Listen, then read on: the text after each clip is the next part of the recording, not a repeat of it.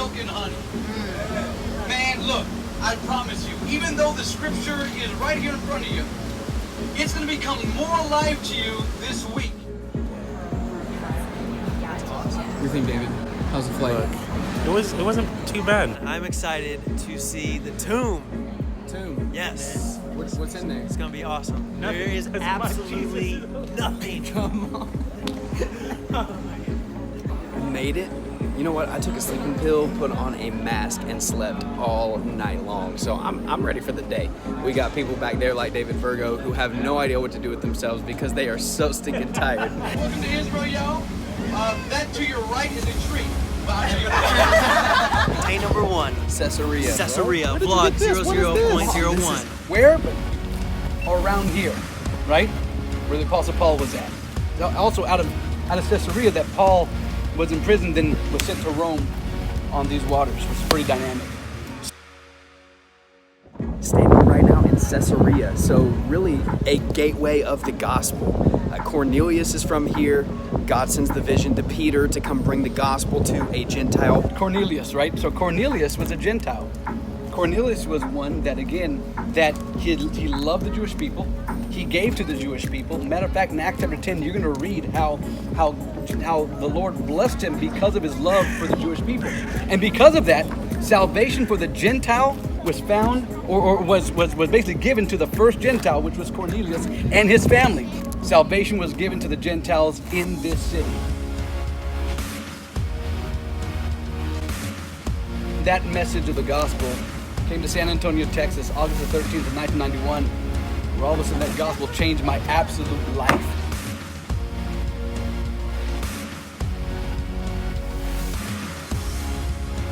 We some dinner. Yes. We're celebrating every Jewish holiday, which was just summed up for us in they tried to kill us, they didn't make it, now let's eat. The street. What's happening, man? What's up, fam? Hey, we over here in Israel, man. Come on, David. How's Yeah. that sweatshirt in the middle of the desert? It is not that bad. What's up? up, dog? This is Sammy Lopez. Guys.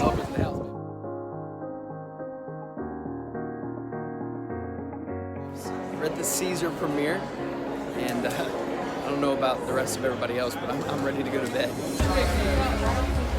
Guys, Rachel Lampa, Sammy Lopez.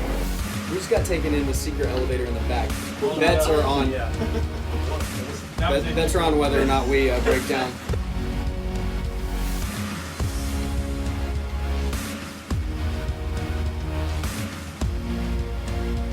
Hey, good morning from Israel. I just wanted to make a little public service announcement here that this is a date, and this is David Virgo, and I finally got him the hookup. 67, not 1967, 67. And it was underground, undisturbed, until like 4 years after Facebook came out. And nothing's changed. So here's the crazy part. Think about who you would be aside from the grace of God. Well, that grace of God manifested in human flesh and was here.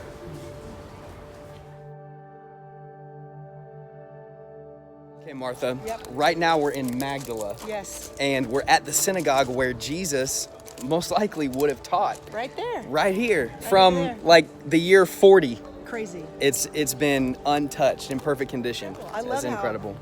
You just literally see the form of the rooms and the synagogue and Yeah. all of it. It's just. He said it this brings would it have so been real. like a market, like shops. Okay, That's amazing. that's Awesome. There's bustling families and Macy's, Kohl's. right, exactly. Walmart. Starbucks around here somewhere. I'm Yeah, sure. somewhere. Yeah. Yeah. Hebrews. Hebrew. Hey, that's what it was. Met Andrew and Peter for the first time. Incredible. Gosh, this is It's amazing. amazing. Love it. Love it.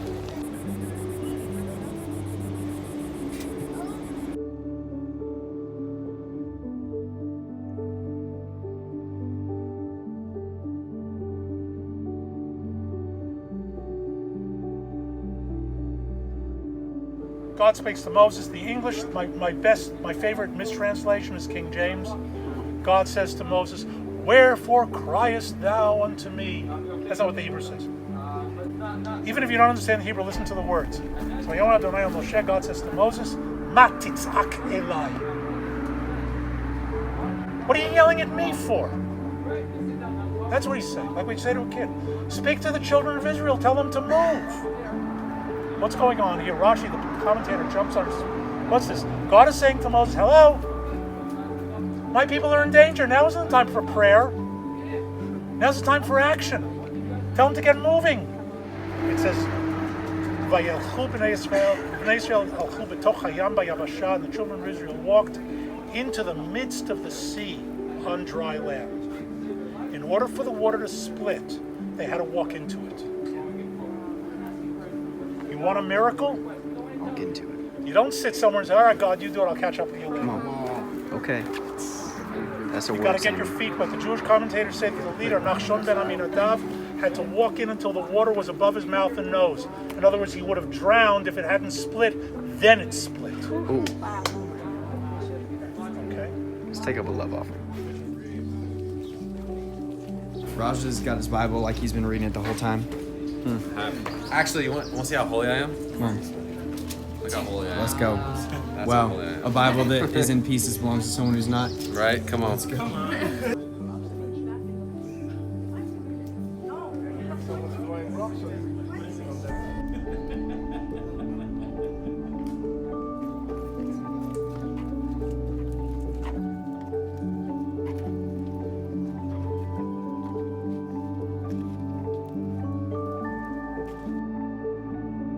It's right outside the walls of this building that the Pharisees have just got mad at Jesus for not washing his hands and his disciples for not obeying all of their traditions. And then he walks into their synagogue, is what the scripture says. In fact, this location where I'm standing right here.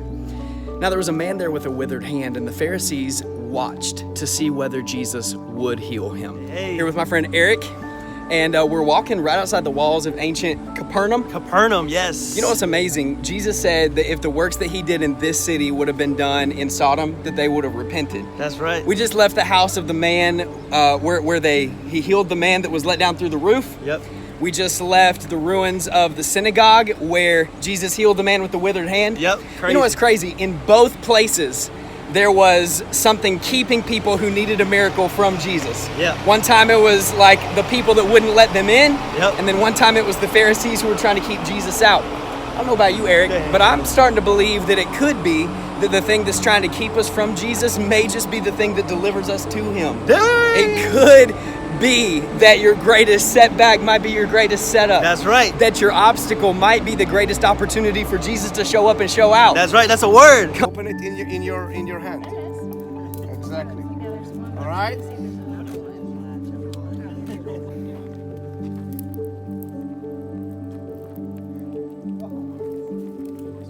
Hey, there's more over here.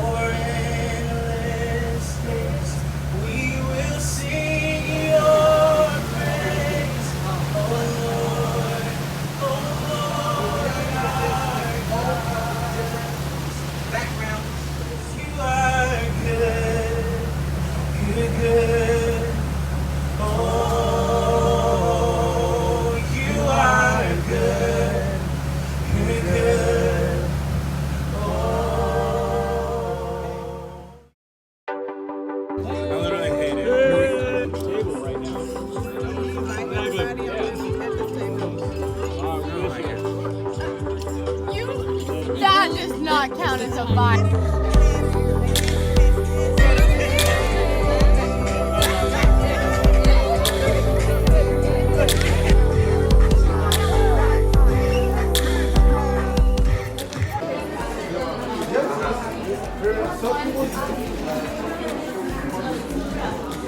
So Jesus at the Last Supper with the disciples, grabbed one of those menorahs and started singing.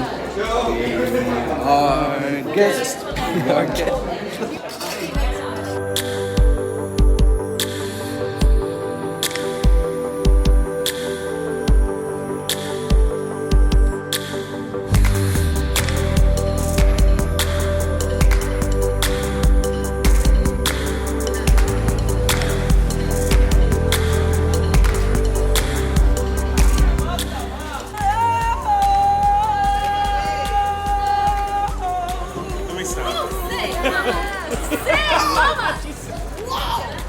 So sometimes, yeah.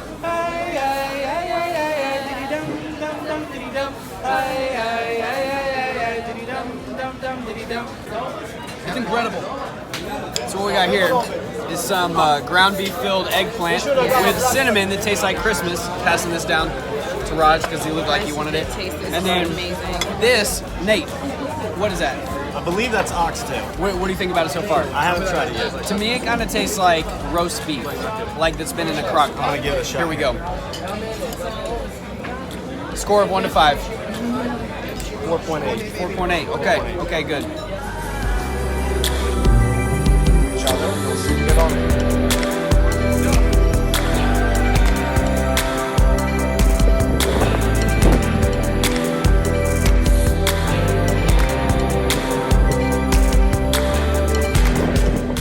I'm here with Dylan and walking through Old Town Jerusalem. Crazy feeling. The roads ended up being closed because of Ramadan. Democracy in full effect. Come on, protecting people's right to worship. Amen. Right here in Israel. And so now we're headed to a host home for a Shabbat dinner. Never done that in my life. Yeah. Me either. But Shabbat Shalom. Shabbat Shalom.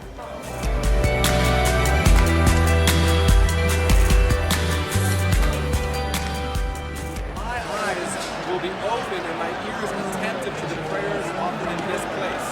I have chosen and consecrated this temple so that my name may be there forever. Matthew 6:9. Abon Dabshmaya, Tarashishmo, Titel Kuthogno, Sobiano, Kikarab Dabshmayo. Of Baroha Blan, Lahmaras Konan, Yoman, Washboklan, Hauban, Wahtohain. كانوا دو فحنا شبقي الحيوبين ولو تعلم نسيونو وفاصلا من بشو مثول دلوخي ملكو ثوخ وحيلو وشبختوث لو لا معنبي يا أمان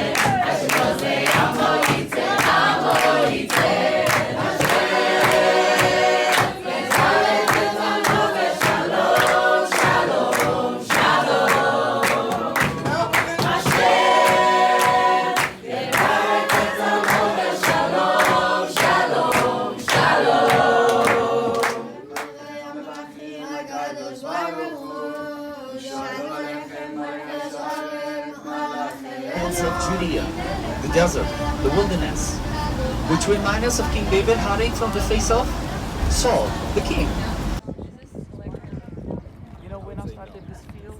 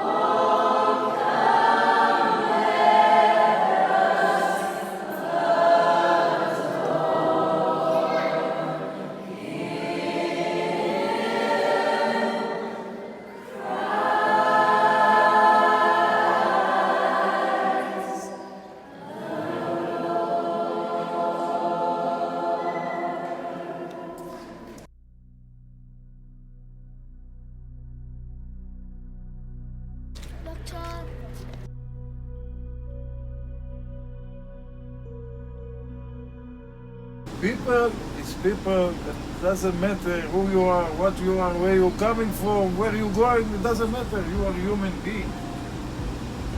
We must have respect one each other. Bye, Jerusalem. We'll come back. See you later.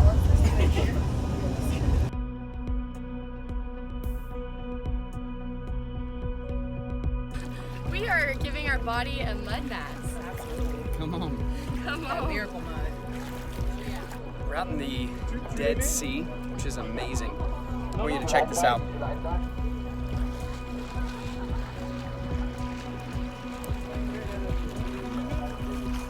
Legit.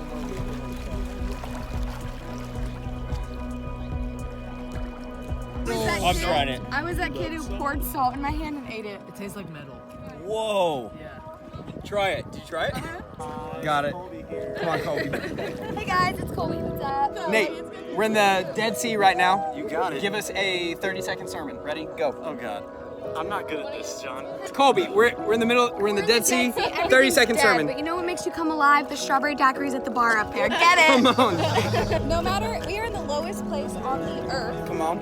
but even though we're in the lowest place, Right? we rise above. Oh, come on. We cannot sink. Preach. We rise above the water. Yes. We will not fall. No. In the name of Jesus. Nowhere to go but up. Nowhere to When go you feel but like up. you're at your lowest, the only place you can do, the only thing you can do is rise. That's right. Yes. God called us the salt of the earth. That was beautiful. That was beautiful, Cameron. I appreciate that. That's a word. We're in the Dead Sea right now. And, you know, it's the lowest place on earth. But as Monica has already said, you rise above. Yes. And let me tell you something, I'm rising above my fears right now because I'm not a water girl. Come on. I like to shower, but baby, you ain't gonna see me in no ocean. Woo. But God is good, okay? All the time. All the time. Float away, baby, float away. Yes. I'm swimming in the Dead Sea. Yes, girl. The sun is trying to kill me. Amen. God, can you hear me? Yes, you can. Ay ay ay diddy dum dum dum diddy dum. Ay ay ay ay ay ay diddy dum dum dum diddy dum.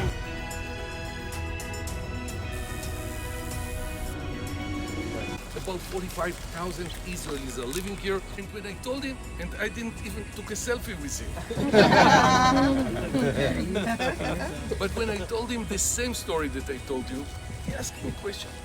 He said to me, you're talking about security, and really you have a very good security story. But if you want to defend these Israelis, build a fence here near the Israeli houses, not near the Palestinian houses. Here it's less than 100 meters. In other places it's more than 2 miles. So you're using the security story to take Palestinian lands? Well, a very good question. And I answered him, as I can tell you today, that the reason the defense is there and not here is a security reason. Well, how come? There is no fence in the world that you cannot cross. Even in Berlin, when they had those concrete walls with landmines on the ground, electric wires, automatic shooting machines, guards, dogs all over the area, people crossed them. Here we build a system. There are no mines in the ground, not electric wires, not automatic shooting machines, but we believe that you cannot cross it without leaving an indication. And from the moment that we get this indication, we need some space to run after the man and catch him before he gets to his target. If the fence will be here, we just know that someone is in, but we cannot help it.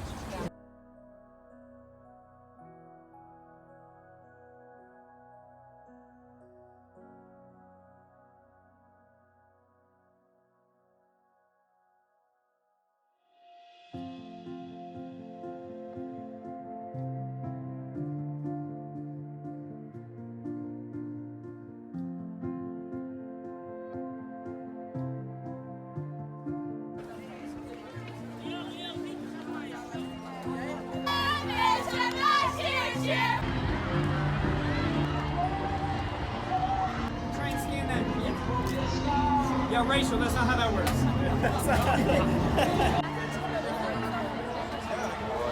Why do you that? I love it. I love it. This is an ancient meatball.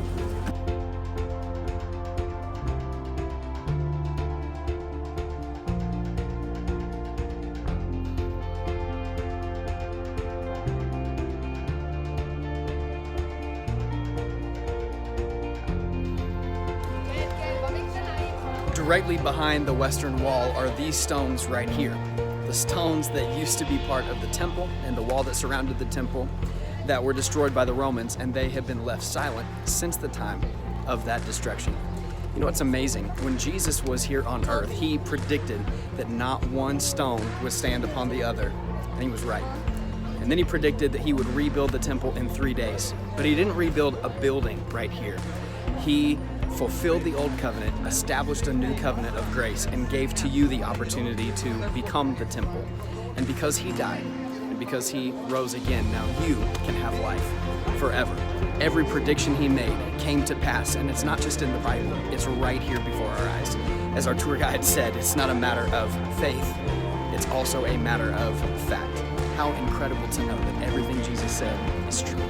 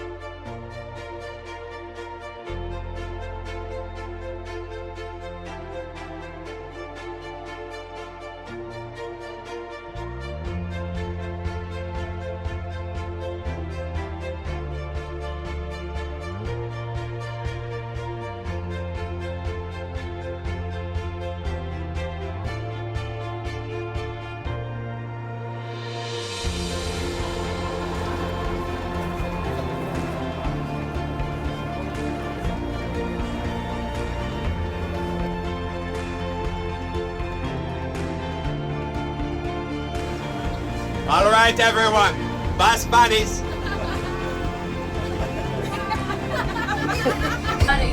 Buzz buddies. Buzz buddies. Buzz buddies. Yo. Everyone. Buzz buddies. Buzz buddies. So our message here is to always challenge the status quo, never accept problems the way they are, always try and push through them, think of creative solutions. No, it isn't. Stop it. I'm not kidding. Cheers. Cheers. Fixing to eat a flower filled with something.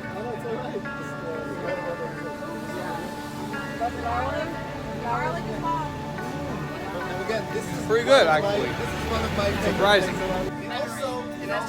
Back up. What can I do? Nothing. Tell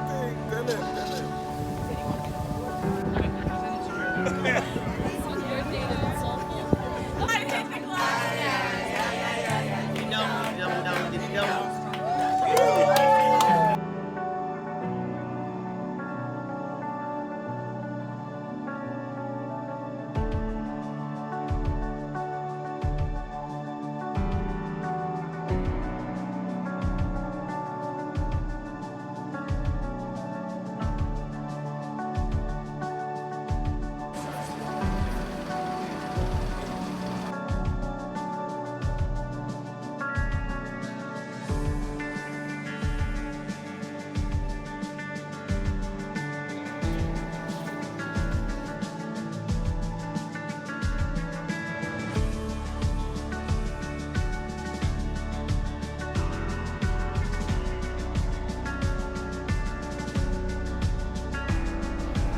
Street. Good news. Jesus ain't in here.